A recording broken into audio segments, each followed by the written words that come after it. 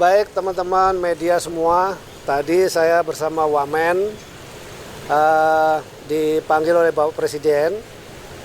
Beliau tentu saya laporkan beberapa hal yang sedang menjadi sorotan publik. Salah satunya adalah soal pagar laut. Saya sampaikan juga hal yang sama itu terjadi tidak hanya di di Tangerang, Banten ya, tetapi juga di Bekasi. Nah, khusus untuk di Tangerang, Banten, saya laporkan bahwa memang kita temukan tidak ada izin. Jadi pada dasarnya sesuai dengan Undang-Undang Cipta Kerja bahwa pembangunan di ruang laut itu harus mendapatkan izin KKPRL. Jadi kesesuaian ruang laut. Ya. Jadi karena tidak ada, langkah pertama yang harus dilakukan adalah kan sesuai dengan aturan undang-undang. Jadi kita tidak bisa sembarangan. Pertama, kita lakukan yang namanya penyegelan. Setelah kita lakukan penyegelan, kita identifikasi siapa yang punya. Kan pada saat kita lakukan penyegelan kan nggak tahu nih siapa yang punya. Ya, secara yuridis kan harus ada yang mengakui siapa yang punya dan seterusnya dan seterusnya dan seterusnya. Tadi saya mendapatkan press conference juga dari Menteri ATR BPN bahwa sudah ada sertifikat yang ada di dalam laut. Saya perlu sampaikan kalau di dasar laut itu tidak boleh ada sertifikat. Jadi itu sudah jelas ilegal juga. Nah, artinya memang ini kan dilakukan proses pemagaran itu tujuannya adalah agar tanahnya itu nanti naik. Semakin lama semakin naik. Jadi kalau ada ombak datang, begitu ombak surut, dia ketahan, sedimentasinya ketahan. Boleh dibilang seperti reklamasi yang alami begitu, ya. Jadi nanti kalau terjadi seperti itu akan terjadi daratan dan jumlahnya tuh sangat besar. Tadi saya laporkan kepada Bapak Presiden dari 30 hektar itu kira-kira sekitar 30 ribuan hektar kejadiannya. Nah, kan itu sangat besar. Nah, di bawahnya ternyata menurut identifikasinya dari Pak Menteri ATR BPN itu sudah ada sertifikatnya. Yang atas nama siapa saya tidak hafal ya. Teman-teman bisa cek sendiri. Dan itu nanti tiba-tiba nongol tuh sertifikatnya tuh. Kalau sudah dia berubah menjadi daratan, itu nanti dia akan nongol sertifikatnya. Tapi bagi kami sekarang ini itu tidak berlaku. Kenapa? Karena pasti yang namanya kegiatan di ruang laut ya tidak boleh, harus ada izin. Di pesisir sampai ke laut tidak boleh, harus ada izin. Itu yang terjadi. Tadi arahan Bapak Presiden satu, selidiki sampai tuntas secara hukum supaya kita harus benar koridor hukumnya. Apabila tidak ada itu harus menjadi milik negara. Nah, itu kasusnya seperti itu. Nah, karena kemarin juga ada pembongkaran yang dilakukan oleh TNI AL, maka tadi kita sudah koordinasi juga dengan Kasal. Tadi sudah rapat dengan Kasal dengan jajarannya. Tentu setelah kami dipanggil oleh Bapak Presiden ini kita juga akan koordinasi lagi dengan beliau. Dan kita sudah putuskan nanti hari Rabu kita akan berkumpul. Jadi tidak hanya TNI Angkatan Laut tetapi juga ya Bakamla juga kita ikutkan.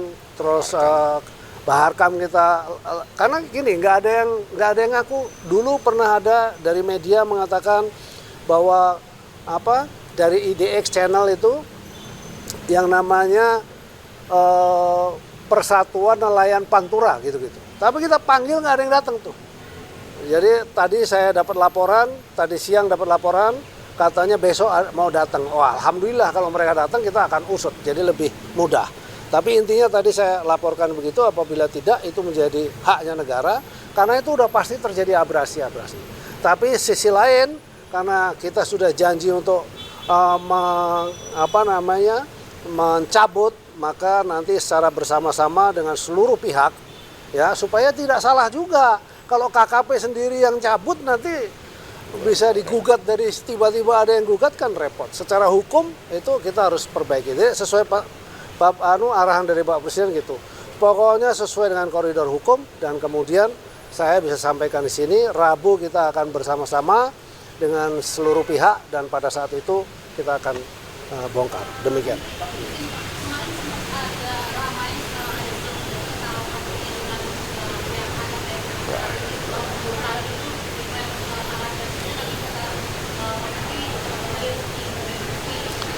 Iya, iya, tadi sudah kami laporkan kepada Pak Presiden. Jadi intinya arahan beliau juga sama, agar diusut lah, diusut secara tuntas siapa dan seterusnya. Tapi makin terang lah ya, makin terang. Teman-teman media juga makin tahu, karena tadi dari konferensi persnya si Pak Menteri ATR BPN kan sudah menjelaskan, kok ada sertifikat di bawah air itu, dan itu tidak boleh.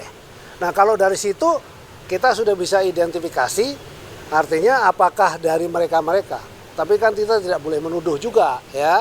Nanti saya diisu repot nih, saya takut juga kalau menuduh tanpa ada bukti. Jadi udah akhirnya tadi sepakat. Jadi bukan silang pendapat sebetulnya. Jadi saya sampaikan kepada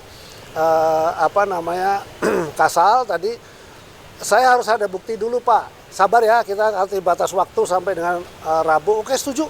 Maka nanti secara bersama-sama di Rabu dengan berbagai macam pihak. Jadi itu bagian dari approval hukum juga. In case kalau misalnya terjadi apa-apa, memang ada kesepakatan bersama antara Kementerian Kelautan Perikanan yang memang mengelola di bidang kelautan, lalu kemudian TNI Angkatan Laut, karena di situ memang ada desa binaan ya yang menjadi keluhan dari masyarakat nelayan. Masyarakat nelayan juga menjadi bagian dari binaannya Kementerian Kelautan Perikanan. Tapi yang pasti tidak ada silang pendapat. Kita sepakat. Gitu. Kita juga ada HGB dan SHM ya. Berarti SHM-nya itu batal secara otomatis. Ilegal, sudah pasti, karena di PP 18 sudah dinyatakan yang ada di bawah air itu sudah hilang dengan sendirinya, tidak bisa. Jadi kalau tiba-tiba itu ada kan aneh juga gitu ya. Gitu, kira-kira begitu. Ya, itu urusan ATR yang mencabut, tapi bagi kami itu kita anggap tidak ada. Gitu. Berarti akan dibongkar dong Pak, itu Pak? Bongkar nanti bersama-sama. Iya. Berarti nanti yang bambu-bambunya itu bakal dijadikan alat bukti atau bagaimana Pak? Alat bukti. Iya, kan ini udah semua sama, ada fotonya ya kan, nanti kita foto dan seterusnya begitu. Kita dokumentasikan, karena ada dari kepolisian nanti kita minta hadir, TNI Angkatan Laut sudah pasti, lalu Bakamla juga akan hadir, KPLP juga akan kita minta hadir ya. Jadi dengan demikian harusnya semua pihak udah tahu.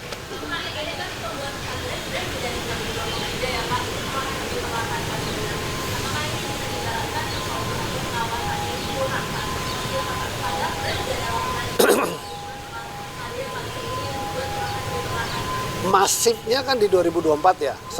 Karena kita baru muncul ya. Karena dulu itu kan tempat nelayan yang membuat penangkaran untuk kerang. Jadi kita berpikirnya ke arah sana gitu. Tapi ketika dia terstruktur, maka itu adalah untuk menahan abrasi. Ya, kalau nahan abrasi nanti lama-lama jadi dangkal. Kalau dia jadi dangkal, kemudian akan menjadi daratan. Jadi tadi sih waktu kita diskusi dengan Bapak Presiden, wah kalau gitu jadi diambil negara aja. Iya, luas, bagus juga Pak kalau diambil negara. Tapi kan publik kan minta itu kemudian dicabut. Sudah, kita sama-sama untuk kemudian dicabut.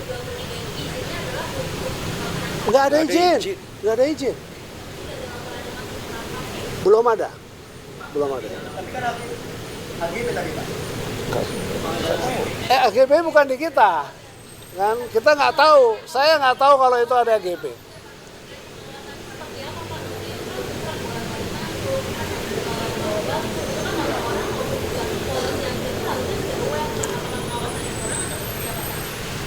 Ya bisa jadi pengawasan kurang, tapi kan kita sudah turun. Kita membuktikan bahwa kemudian kita turun, kita cek, ternyata itu bukan penangkaran kerang, ya.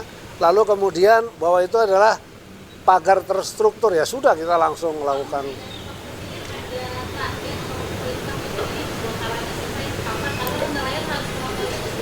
Tidak ada, tapi yang pasti kepentingan nelayan itu akan kita berikan keutamaan, tapi dari sisi hukum juga kita betul-betul, makanya harus bersama-sama. Kalau semua lembaga yang berkepentingan itu hadir bareng, lalu kita putusin bareng, sudah aman kita gitu.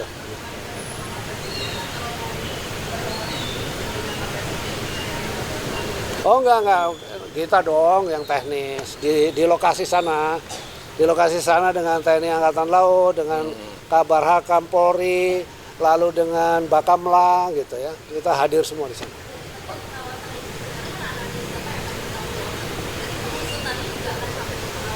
Sudah nggak mau. Nah, kalau pengusaha pengawasan yang pasti saya sudah tegur kepada dirjen saya, kamu nih laut mesti apa? Terus jawabannya ini kapalnya kurang Pak, ya kan? Ya luasan Indonesia kita kan ngawasinnya Sabang sampai Merauke ya. Dan hal seperti itu adalah kepentingan ekonomi rakyat. Kita mikirnya itu adalah tempat penangkaran.